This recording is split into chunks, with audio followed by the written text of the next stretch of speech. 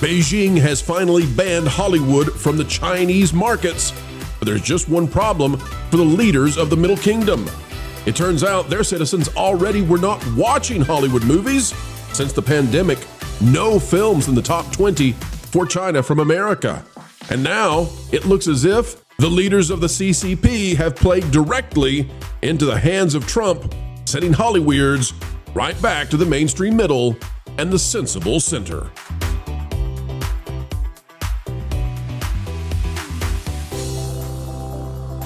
Hello, folks, and welcome back to the Pro Channel. We are so happy to have each and every one of you here today. An attitude of gratitude every time you come our way. By the way, folks, if you would like to find even more spicy content concerning entertainment and what's going on in this wacky world, consider going over to the Patreon. It's www.patreon.com/WDW Pro. We'd love to have you over there as well.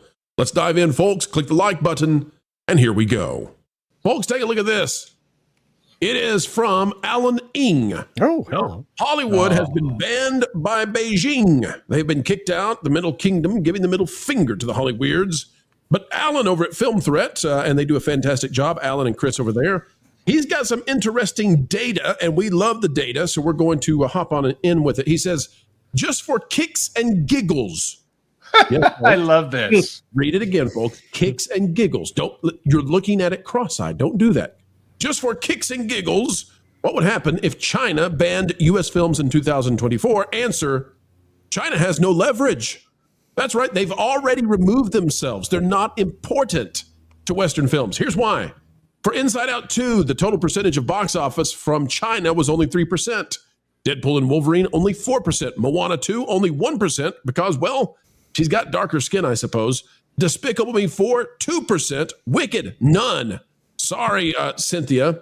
Mufasa got 1%. And that's a big deal because Mufasa is the sequel to The Lion King, and China lifted the animated version of the live action animated version of The Lion King from 2019. Only 1% of the box office from China on that. Dune Part 2, 3%. Godzilla vs. Kong, 8%. Kung Fu Panda, 4%. They don't even go for the pandas, 3%. And they didn't give a dime to Sonic the Hedgehog 3. Why?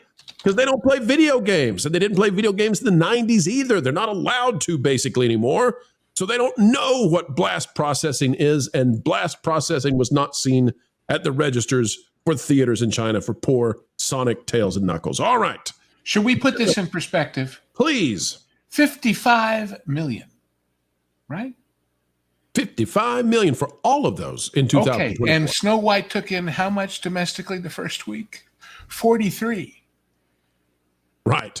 And that's how many movies? Uno. 10, 12? Gee whiz. Now, and they don't sell popcorn buckets. Let me say this too, Lou. You and I both know. So if we look at, he's saying the studio take on the far right side of this spreadsheet. Alan is calculating that China sends 25% of the entire box office for American films back to America.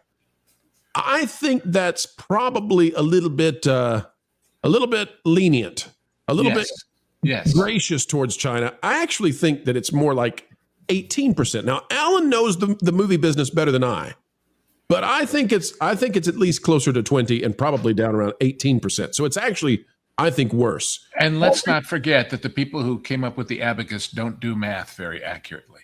Well said. Culture, what's your understanding on this? Because I know that you pay close attention to the box office. Does it even matter then? And is this playing exactly into Trump's hands with China cutting off American filmmakers? Because now they get to make movies again for Americans. Yeah, but the argument's always been that the film market in China was an illusion. The fact that the earnings that are returned from each of these efforts is minuscule unless you have a massive hit, something like Avatar. The Avatar film that's coming up, the Ash and Fire, blue versus red versus blue. There's no imagery there at all. You're not putting one political side against the other. But that one that's coming up, the new Avatar film, Avatar 3, that will have that's the only kind of films that would count, because that thing's going to make $2 billion. You have $1 billion in China, you get that minuscule amount from the box office. It's really the only times that it counts, and for Disney it really did matter. But going forward, I think that you're right. We'll get much better films from Hollywood because they'll have to have a broader appeal. And I'm looking forward to that. And as long as they don't learn the wrong lessons from Meme Craft, the movie, then we won't get nothing but memes in the next several films. So I'm kind of excited about that as well. So. Nolan, let me show you something real quick. This is really interesting to me. If we go here, and it's a little hard to read. In fact, let me see if I maximize it. Maybe that'll help. It helps a little. I apologize, folks, but I'll read it to you, okay? So if we look at the top films that came from America and went to China, in terms of the Chinese box office, the top films in China from American studios, the dates are going to matter here. Trust me. Avengers Endgame 2019, The Fate of the Furious 2017, Furious 7 2015, Avengers Infinity War 2018, Aquaman 2018, Transformers 2014, Venom 2018, Avatar 2010, Jurassic World 2018, Transformers 2017. Nothing since the pandemic has landed even close to the top stuff in China from America. It seems to me that this has already happened. The people in China, and you can't judge their transactions as if they're making the transactions on their own. Every decision Chinese citizens make is graded and scored inside a social credit score system. Like it's like your credit score for, taking out loans. But for them, it's their social decisions, like which movies they go to see. And they've stopped going to American movies. No, I don't think it's going to matter now if Beijing says poo-poo to you for Hollywood. And I think it will be a glorious day. It's because of them I see here that we got awful movies such as Avatar and Transformers still breaking in the top 10. Like, if this means we're actually going to get some competently made movies, I'm all for it. No offense to our beautiful Chinese brethren, but I mean, it's clear that there is a mass interest, if you look at that list there, in, say, the superhero genre back then. It was also really trendy to do here. We see that seems like it's slipping away a bit. And, different cultures tend to chase after different trends as time goes on. It's part of what makes us all fascinating and unique species on this planet. However, the reality is America's going in one direction, China's going in a very different direction. And if we want movies that are going to appeal to Americans, it's probably about time. Hollywood, you just got to bite the bullet. I know you want that giant market, but the reality is they don't like what you're putting down. And no matter how hard you try, they're not going to let you into the family. Sorry. And not just movies. I was watching a wonderful video from those great Aussie guys, Review Time, about what they think is maybe one of the most pleasant experiences of all the Disney parks. Which one? Hong Kong. Why? It's empty all the time. There's nobody there. Right. Why? Because the Chinese economy has totally collapsed and people can't afford to take the time or the money to go. So, and who built not one, but two there? Huh. Big Bob. Yeah. Hey, now it's not just the economy collapsing. It's not just, a change in tastes. Lauren, I think that Hollywood not only chased China, but they also chased woke. And I think that they went broke in China because China does not want to go for non-traditional values and those sorts of things. They are very conservative socially, even if their government is not conservative. So, Lauren, do you think that going after woke actually already had created this divorce in the first place? Yeah. Well, I think the two may be a little bit more related in the sense that they don't want the woke stuff for their own domestic audience, but they definitely want us pushing it to ours. You beat me. That's exactly right.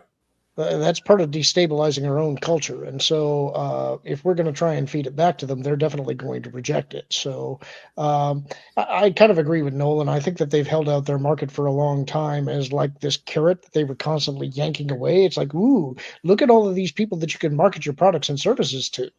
But they never really intended to let us get a foothold there. All they wanted was for us to try and manufacture what we have there so that they can steal the IP. Yes. They were trying to steal the Hollywood business as well, Lauren. You were spot on, my friend. Indeed. And they've been stealing intellectual property from us for decades. All kinds of technological things. I mean, This is copyright. What's that? Patent. What's that? Yeah. And this is why, for years, it was a bad idea for Bob Iger, as part of the Walt Disney Company, to get in bed with China to the degree that the Walt Disney Company did. Because it was all a play to steal intellectual property and to steal the techniques in order to create movies and theme parks. Go ahead, Coulter. No, and to steal the stories that resonate in the Western world. Sure. That's a good point. I mean, Disney had a formula. The formula worked. Disney avoided using the formula to pursue propaganda, and it broke. China may already know pretty well how to use propaganda, so they were just trying to learn something else, and it's no longer useful. But it wasn't an industry that they were willing to sacrifice, or because they were going to have their own, and they did. There's this thing called Niza that just came out that seemed to have done pretty well in China. And you know what, Culture? And I know it's a good movie. I've heard from people who've said it's a really good movie, and I'm not going to discredit that. No. But you could make a lot of money when going to see a film made in your country also increases your social credit score that places you. What the devil? That places you. So your social credit score did not change for the positive there, Lauren. Okay, we'll get to Lauren in a moment and his merry mischief up there. Yeah, where's Little John? Kevin, Little John is Kevin, and Kevin, we've been waiting too long. Oh yeah, go. Please share. Well, so said one of the companies I work with in the attractions business actually had to endure having to deal with China. They were stealing the intellectual property, they were stealing the designs, and because the Chinese steel is so poor compared to ours, whenever they would steal the design and build it, it kept collapsing. So the only reason it wound up working out in the end was because China got so desperate they actually had to come to Michigan to talk to the company and get them to go build. Get them to go build the ropes courses in China for them there. China has been playing dirty forever. Apparently, the only human on Earth who has not seen any of this coming is Bob Iger. He is the only one. China came in, they got everything they wanted. It wasn't just about stealing intellectual property. It wasn't just about learning the skills and getting access. It was about peddling influence. They spent a lot of money and they put a lot of useful idiots to work. And now those useful idiots aren't so useful anymore because China has everything that they need. Unfortunately, when it comes to what we're dealing with now in the world, they may have backed themselves into a corner. And now President Pooh Bear has to find a way to save face. But this has been a long time coming, and everybody gets to do the dance of joy like Balky and Cousin Larry, because it's long overdue.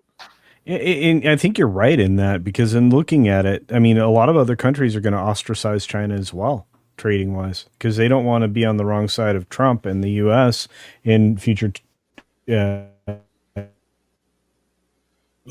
Trade negotiating around the tariffs was to move things through other countries, and that helped them get away from that. It also helped other companies do that. Go ahead. I feel compelled to say something a little grim, and I know you guys are going to wince, but I'm going to say it anyway. And go ahead. Countries that don't care about having their tanks run over people in the middle of their biggest square sure as heck don't care if trackless rides run over children. Amen. No. Yeah. No, can I just point out that there's still apparently money that's missing from the construction of Shanghai Disney's budget that nobody can account for? About $100 million of extra money went missing. Oh, I'm shocked. Helping Hollywood produce a product that you want to consume, that's what we do each and every day, folks. And this time, it's time to, say goodbye. We know, but don't cry. No, for we will have more videos on the way. We love to bring those videos and that information. And by the way, if you'd like even more, consider going to the Patreon page. It's www.patreon.com/WDW Pro. It's where we put out stuff exclusively there that we simply can't put out in other places for whatever reason, be it because it's too spicy or because, perhaps we're working to corroborate it. But you can find out things early and first over there. Folks, we surely have had a great time spending time with you. Consider clicking that like button, share, subscribe, click it, and stick it to those pesky algorithms. It is the notification bell, and drop a comment right on down below. Until the next time, keep learning, keep growing, and keep having fun. Jump into the water. Why listen to music made by people and companies who really don't like you? Check out Vacation Radio today and prepare for all new content made by the people behind the WDW Pro Channel. It's the place you need for all the music. That should be fun. Want it all, so I give them cannonball. Yeah. Hundreds of songs, every genre you can imagine. Listen live on YouTube and enjoy a set list that's always sunny. It's Vacation Radio. Arizona.